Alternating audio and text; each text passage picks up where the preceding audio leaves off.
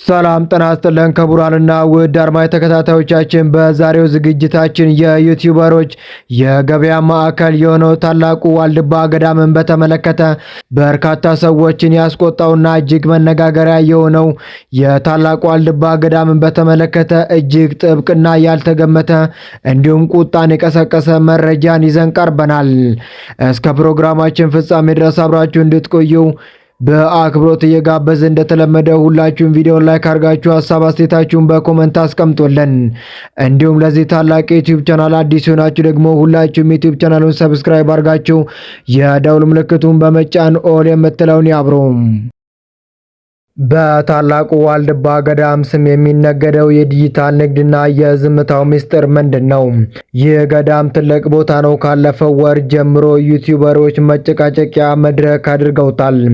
መጀመሪያ ላይ እሸቱ መለሰ ሄዶ ቀርጾ ባስተላለፈው ላይ አባቶች ቅሬታ አለን ብለው ሚዲያ ላይ ወጥተው መናገራቸው ይታወሳል።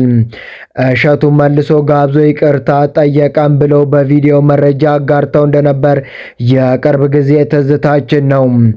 አሁን እግረኛው የሚባለው ሚዲያ ዋልድባ ሄዶ ሌላ ቃለ መጠይቅ እያደረገ ይገኛል። ታላቁና ታሪካዊ የዋልድባ ገዳም ለዘመናት የኢትዮጵያ ኦርቶዶክስ ተዋሕዶ ቤተክርስቲያን መንፈሳዊ ተጋድሎ የብህቱናና የቅድስና ማማ ሆኖ የኑረ መካነ ቅዱሳን ነው። ዓለምን የናቁ ካባና ዘውድን አውልቀው የጣሉ አባቶች ሌሊትና ቀን ስለ ሀገርና ስለ ወገን የሚማልዱበት እንባ የሚያፈሱበት የጸሎት ምሽግ ነው። ሆኖም ግን በዛሬው የዲጂታል ዓለም በተለይም በዩቲዩብ መድረክ ላይ የታላቅ ስፍራ የማንነታቸውና የሞራል ልካቸው ለማይታወቅ የኢንተርኔት ንግድ አምራቾች ዋነኛ የገቢ ምንጭና የጭቅጭቅ አጀንዳ መፍጠሪያ ሆኖ መጥቷል። ይህንን አስከፊ ሁኔታ ታዝቦ ይህንን ሁሉ ዝምታ ለምን ብሎ መጠየቅ ወቅታዊና እጅግ አንገብጋቢ ጉዳይ ሲሆን ዛሬ የዩቲዩብ ላይ የሚለቀቁ በርካታ ቪዲዮዎችን ለታዘበ ዋልድባ መንፈሳዊነት መገለጫ ሆኖ ቀርቶ አሳሳች ይዘት መፍጠሪያ ሆኗል። ይህ ድርጊት ሁለት ትልልቅ ጥፋቶችን እየወለደ ይገኛል። ገዳሙንና የባህታውያን ስም በመሸጥ የሚሰበሰበው የዶላር ገቢ ገዳሙን ከመደገፍ ይልቅ የቪዲዮ ፈጣሪዎችን የግል ኪስ የሚያደልብ መሆኑንና የገዳሙ ምስጢራዊነት፣ ጸጥታና ረቂቅ መንፈሳዊ ተጋድሎ በዩቲዩብ የገበያ አዳራሽ ውስጥ ወርዶ መነጋገሪያና መጨቃጨቂያ መደረጉ እጅግ ያሳዝናል። ገዳሙ አስተዳደር የለውም ወይ የሚሉ በርካታ ሰዎች በአሁኑ ሰዓት እየጠየቁ ይገኛሉ። የዝምታው ምንጭ ምንድን ነው? ይህንን ሁሉ ዝም ማለቱ ተገቢ ነው ወይ የሚሉ በርካቶችም አሉ። ገዳሙ የራሱ የሆነ ጥብቅ መንፈሳዊና አስተዳደራዊ መዋቅር ወይም አምበኔት፣ መጋቢና የሰንበት ጉባኤዎች አሉት። ታዲያ ለምን እርምጃ አይወስድም የሚሉ በርካቶች ሰዎች አሉ።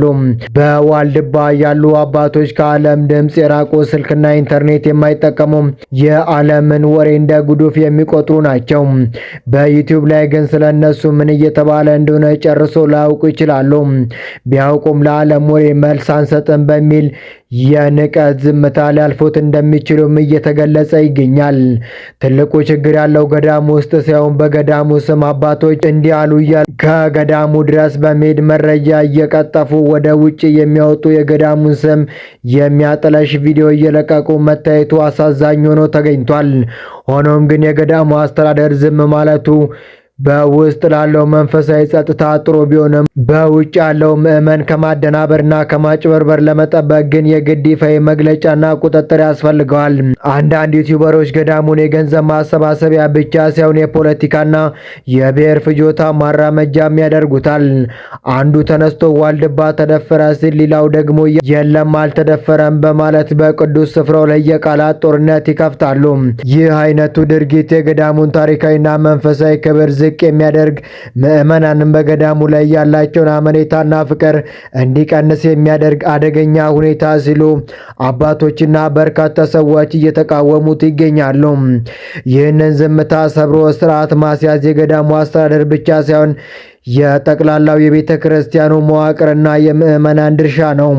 በተጨማሪም የኢትዮጵያ ኦርቶዶክስ ተዋሕዶ ቤተ ክርስቲያን ጠቅላይ መምሪያ፣ ቤተ ክህነትና የሚመለከተው የሀገረ ስብከት መዋቅር በዋልድባ ስም የሚነገዱ የዩቲዩብ ገጾችን ሊጠይቁና ሊያስጠነቅቁ ይገባሉ።